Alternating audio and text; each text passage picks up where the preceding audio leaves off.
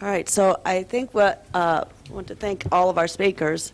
I'm not going to waste any time trying to summarize it because I want to open this up for discussion to the panel and questions, so, or at least to the committee members. So if anybody has questions, is that you Bill? Trying to signal. Okay, go for it. Well, thank you, Kathleen. Wonderful session. Thank you very much for all the presentations. I just want to echo and reinforce a couple of comments that Alan made. And maybe, I guess, to the committee to think about strategies that will help break down the silos that exist in the different areas. And you know, it is true that dental schools put very, very low emphasis on TMD research. They put very high emphasis on their NIH rankings. And so one way, you know, to begin to change that equation is RFAs. RFAs that are TMD focused, which allow both medical and dental schools to participate. That plus a change in education, which will require dental schools, potentially through the Department of Education, through accreditation processes, to put more emphasis into orofacial pain. Those two variables of changing the nature of the faculty and providing opportunity for changes in the way that you improve your NIH rankings could be a big game changer, both in dentistry and medicine. So just some thought to that, you know, to the committee about how to refocus resources in this area. And I just have one quick question to Ann Meineke related to the depression model. And Ann Meineke, if I recall, you used a forced swim model, and that model that model has also been used by our program and other programs back in the late 80s, early 90s to produce a stress-evoked persistent pain condition. So concomitant with the behaviors of learned helplessness that you see as a surrogate of depression, what you see is very, very long-term changes in some strains of rat, changes in pain sensitivity, thermal and mechanical. So I'm just curious, in your model, did you also look at pain sensitivity, measures of pain processing in the animals that develop depression? And if so, are they T-cell rescued? Yeah, we did. So the problem with the model that we use is that the LPS induces allodynia for much longer than it induces depression. And the resolution of LPS-induced pain is also T-cell dependent. But I cannot really separate out the effects of just the LPS or the LPS in combination with the stress of the forced swim, because we always did them together. Does that answer your question? Yes, and I think it would just be very interesting to try this without LPS with the forced swim, which in many strains produces a phenotype that mimics patients with chronic widespread pain. They have IBS-like phenomenon, piloerection. They have many of the signs that we see, and it's a life-relevant stressor, which is evoking this rather than injury per se. Yeah, I think Juan Carlos Marcison has done some beautiful work on that, where he has animals that have recovered from, I think, CFA-induced pain, and then after they have recovered, it's sufficient to just give them a stressor to reinstate the pain. And what we see in our models is after the animals have recovered, if we give anti-IL-10, we can also reinstate the pain. So once there has been an episode of pain, there is apparently something changed long-term in those animals. And now either disturbing the pro- and anti-inflammatory balance or giving a stressor or a number of other interventions, you can reinstate the pain. And we think that sort of models the waning of pain and coming back of pain that many chronic pain patients talk about. I don't know whether the same is the case for TMJ, TMD, but in many chronic pain situations, patients are not in pain 100% of the time. It comes and goes. There may be also always some level, but it's worsening and getting better. So we think disturbing this stress balance, but also disturbing a pro and anti-inflammatory balance that controls the pain contributes to that. Thank you.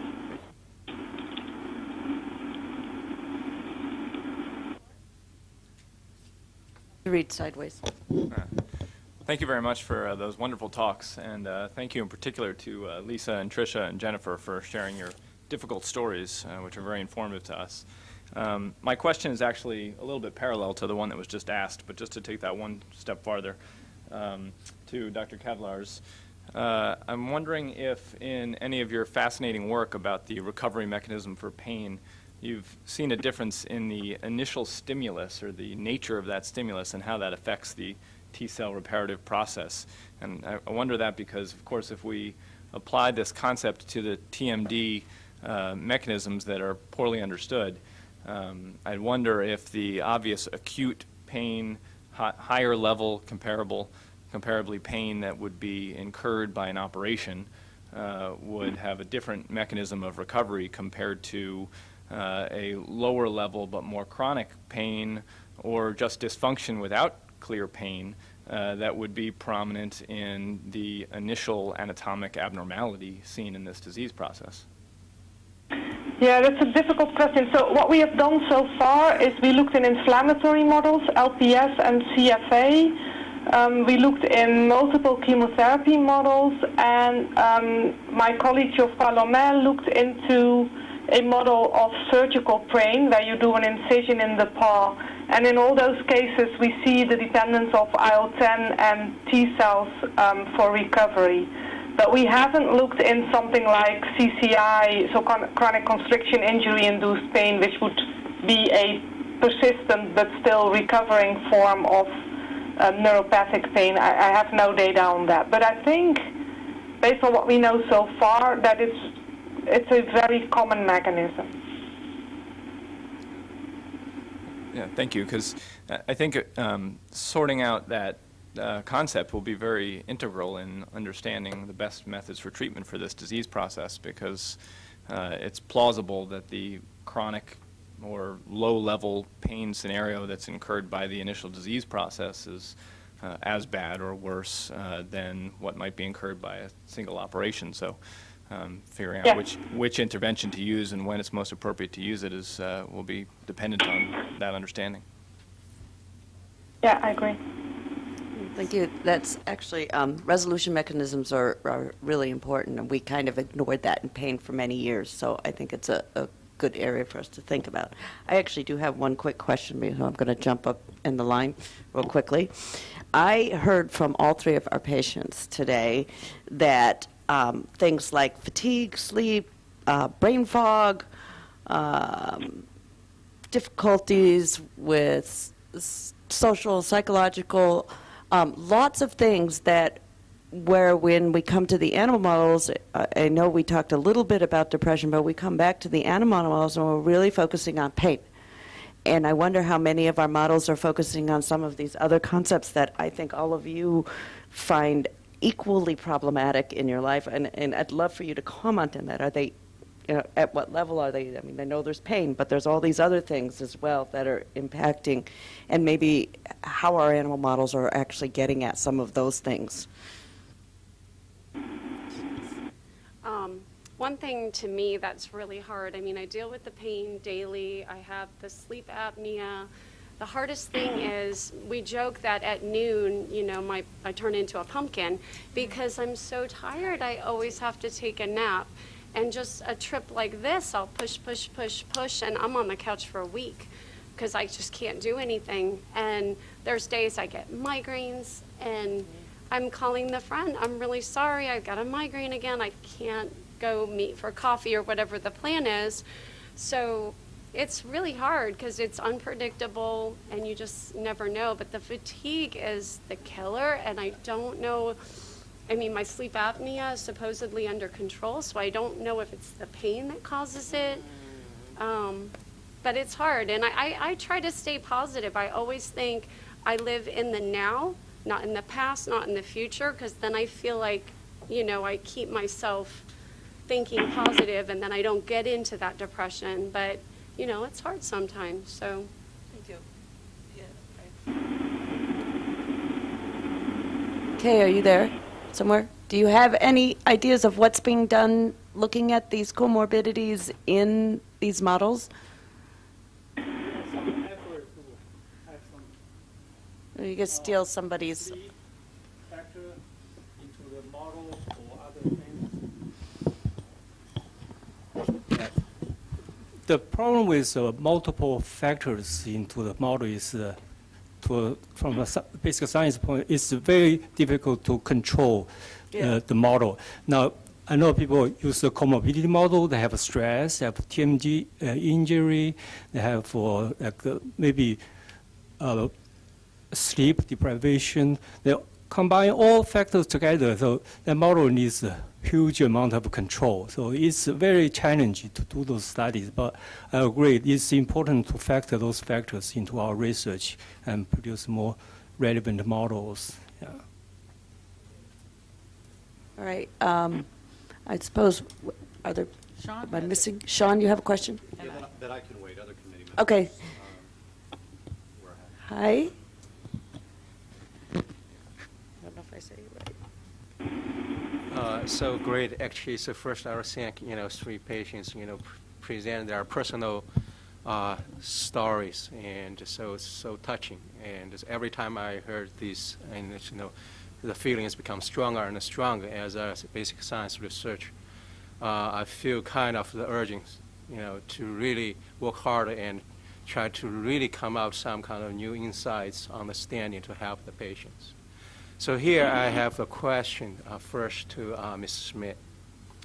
So I would ask actually, so I noticed actually, so the situation started actually you had the teeth treatment first. So initially actually you had the tooth treatment, right? So you put okay.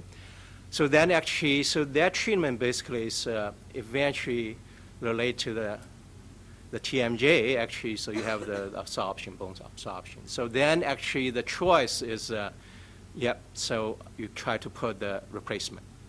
That situation. There was, yeah. So basically what happened was I had some really severe headaches, and I believe they were migraines because I had lights.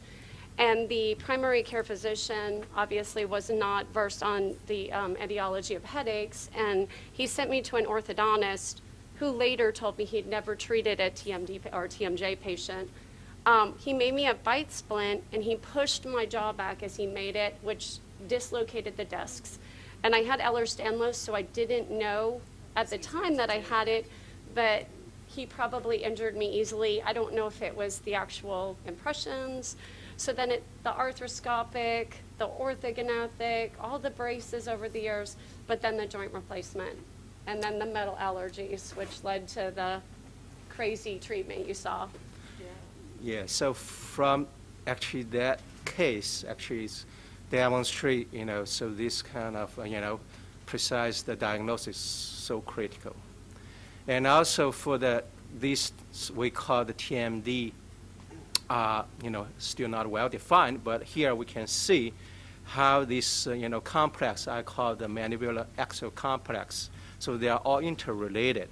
So you have this, occlusal treatment, so it can impact your TMJ, right? So that's why this is the whole system. So you have this occlusion, you have the muscle, because the muscle is the driving force, let the joint to move, to provide all function. And eventually let the TM joints actually to hold this complex. So these things actually for the diagnosis right now, we're all focused on the one kind of aspect. So sometimes I believe it's lost these kind of whole pictures there. And also I noticed actually, so unfortunately you receive this replacement. And the replacement initially works well actually, but over the time break down. So that actually I learned a lesson because I do a lot of orthopedic research and compared to the total knee replacement. So FDA, when they look at the knee replacement, so well studied. So look at the wear, debris things. When we do this wear testing on the knee replacement, we have well-designed standards because we know a lot of motion, what kind of situation in vivo for the knee. But I'm not sure at that time FDA how they regulate their device. So that's the question basically back to Alan. So you have the patient-led roundtable meeting. So I noticed you have the FDA participation. And so right now, actually, is that actually we have the sufficient knowledge, quantitative knowledge, to define this kind of standard criteria, for example, to regulate this kind of TMD device? No. So that actually also shows, I appreciate actually Alan put a very nice summary to look at what's the gap for the research. So we need to take this kind of, multidisciplinary kind of approach to understand these complex, at least we call them a TMD, right? And also, then if anything goes wrong for each component, then we have all these kind of pain symptoms there. So in order to really help basically address fundamental things, yes, we have to manage the pain. And also, based on the discussion, we feel actually we need to also look at the cause, basic cause.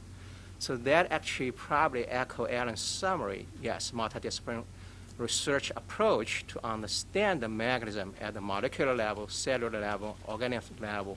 That's very, very necessary. And also consider the new technology coming up. So I think this kind of quantitative approach is possible. So that's just, based on the question and those my comments. Thank you.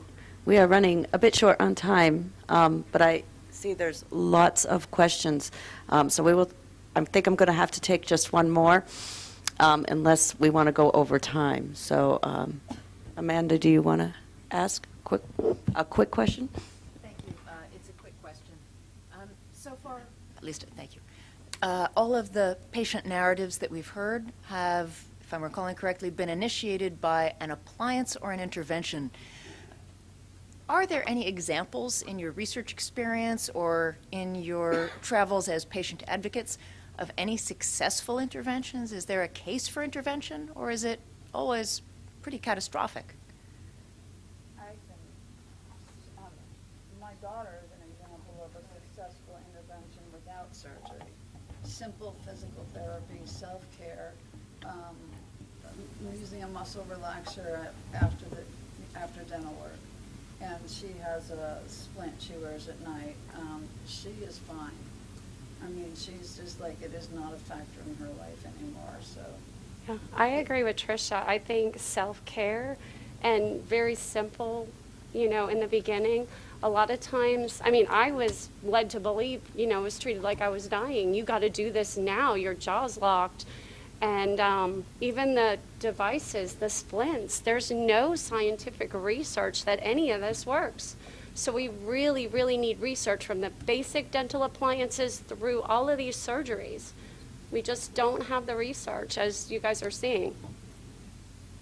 Would you also think we need research on self-management and the physical therapies to really bring that up a level? I think you do also to get insurance companies to be more willing to pay for it. If you list it as one of the methods of treatment, then they're going to be pushing for it. I mean, look at how they treat lower back injuries now that they've done some research, and they don't keep people in bed for 4 weeks. They get them up, you go to physical therapy or chiropractic work, and you're resolving a lot of things. So. One thing I wanted to say is I speak to a lot of ladies on the internet, and I support other women that are going through this, and a lot of them tell me they don't want to go for things like PT or things aren't covered, but surgery is. This isn't, but that is, and they think that surgery is a quick fix. So, we have a problem with these things being covered, so that's a big issue with TMJ. And even some women who actually need surgery, some insurance covers it and some doesn't. So it's a hard area. All right. I think we now have time for a break.